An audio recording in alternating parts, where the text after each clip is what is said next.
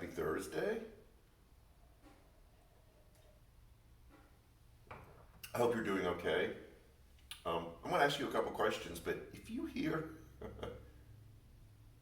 dripping behind me, we're still struggling in the Promised Land area, and I'll address that at the end of this. I'm going to ask you a couple questions. Um, what does it take for you to change your mind?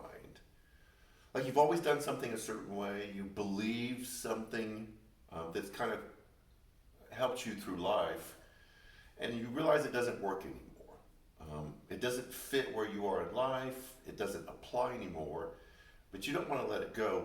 What is your tipping point? What is that thing that says to you, it was okay to believe in this because it worked, but it's not going to work in the future?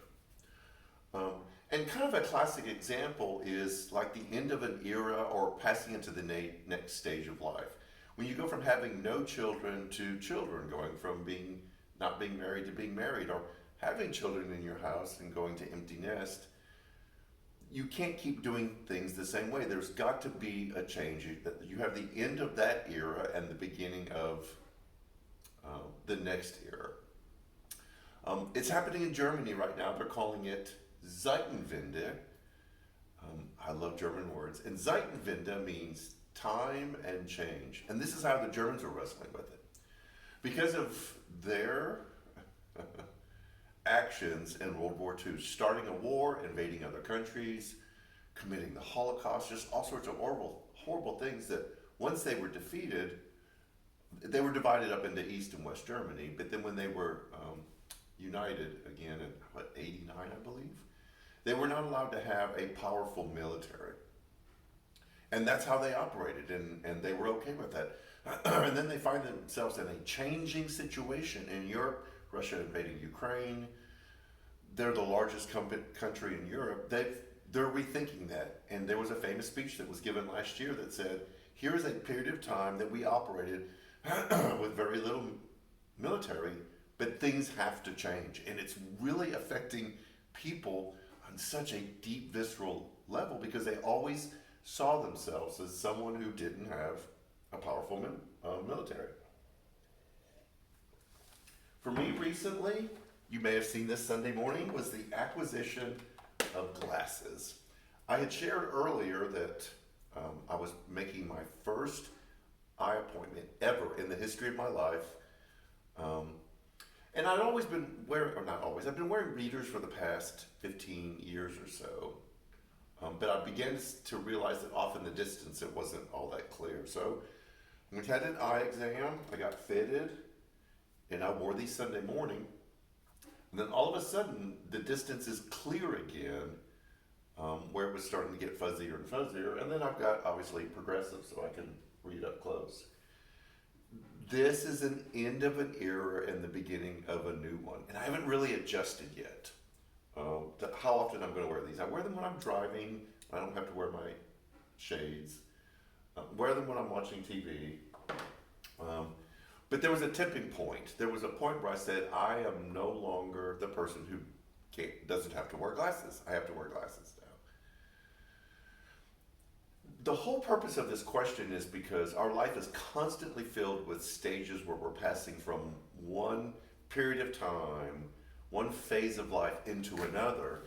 And we have to ask ourselves, what causes us? What will help us let go of those things that we held on to? I'm not a person that wears glasses, to going like, okay, I'm a person that's going to need to wear glasses. This especially happens in our spiritual life because a lot of the things that got us through our teenage years or early marriage years, 20s and 30s, and maybe even got us through some really significant struggles in our life, are holding us back. They're not allowing us to flourish or to grow into the person that we need to be, or we're meant to be.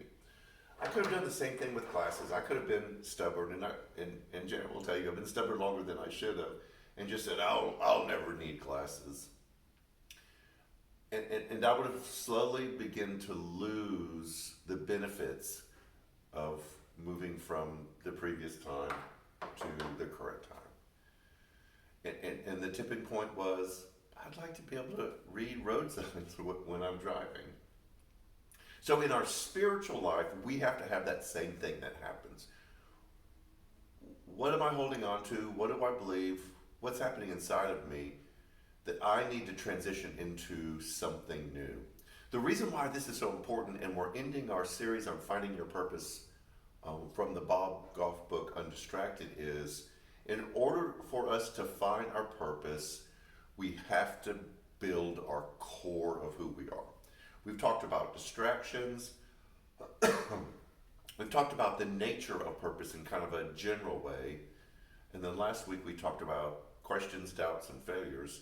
And this one is working on the core of who we are so that when we find our purpose, we're not a jerk. And I know that seems really blunt, but we can think of people, both Christians and just business people in the world, who seem to be living in their purpose. They're billionaires, they're well-known ministers who have a large platform. They've grown this thing into something that has a lot of influence. However, they're not a good person. And it diminishes the effectiveness of their purpose. And that should hit you right here, because purpose is, well, I'm just going to be the best at what I'm going to be the best at. And unless you work on that core, and that means letting go of some of the old stuff and adopting new values and beliefs so that your platform, your ability to have influence, working in your purpose doesn't exceed your integrity. I didn't say that first, but it's a great thought that if you're going to grow into your purpose and really find what brings you joy, you're going to have to grow the foundation that supports it. And that's what we're going to talk about this Sunday. This will be a really important conversation. It might be a little bit hard. Then we're going to use a passage that's often used as a clobber passage to beat up other people. And we're going to reframe it because the Bible wasn't given to us as a weapon to beat other people up with. It was given to us as people's interaction with a loving, compassionate, kind God to help them let go of the things that are holding them back, the old way of doing things, and to move into new places in life. So it's going to be a hard passage, but we're going to reframe it, and hopefully we'll give you some ability to do that with other passages. We have a lot going on this Sunday. Food Pantry is this Sunday. If you know of anybody that is in need of fresh, perishable food, we will be handing out this Sunday after the worship service. Spread the word. We're working on, we had an elders meeting a couple nights ago where we talked about some way that we can meet other people's needs through the food pantry. That won't happen this Sunday, but kind of stay tuned for a way that we can find out what people need when they come in for food that's more than just food, and then how we can kind of connect people together to do that. So that's something that we're working on in the background. Also, our student ministry meets this Sunday, Real Life. They'll come and do worship with us at the beginning, and then they will leave and just have great conversations that apply to where they are in life. The following Sunday, July 2nd, we will have no service. It'll be just a church-wide fellowship. Still starts at 10. We'll eat a little bit after that, but just come and hang out with us. It'll be casual. It'll be fun. Because we like each other. And then just kind of save the date, July 21st. It's a Friday night, 6:30. We're going to have NCC family game night. So it's not just for families. It's the NCC family, because a lot of you enjoy playing games and you just want to come and hang out, and we're going to provide an opportunity for you to do that. That'll be July 21st. I know this one's probably going to go a little bit long. We are really struggling back here with the insurance company trying to get this worked out, and it's been an ongoing issue for us. I'm going to take a drink and kind of, this is just coffee, cool off.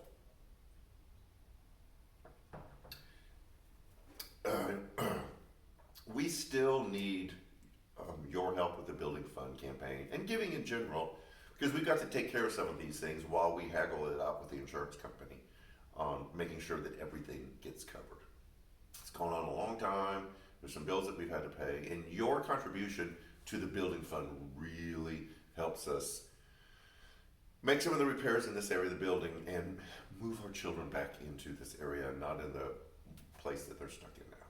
So that is plenty enough. I know I've gone really long. We just had a lot of information to get out to you. So have a great rest of the week.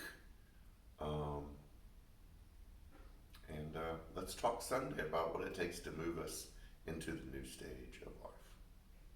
Take care.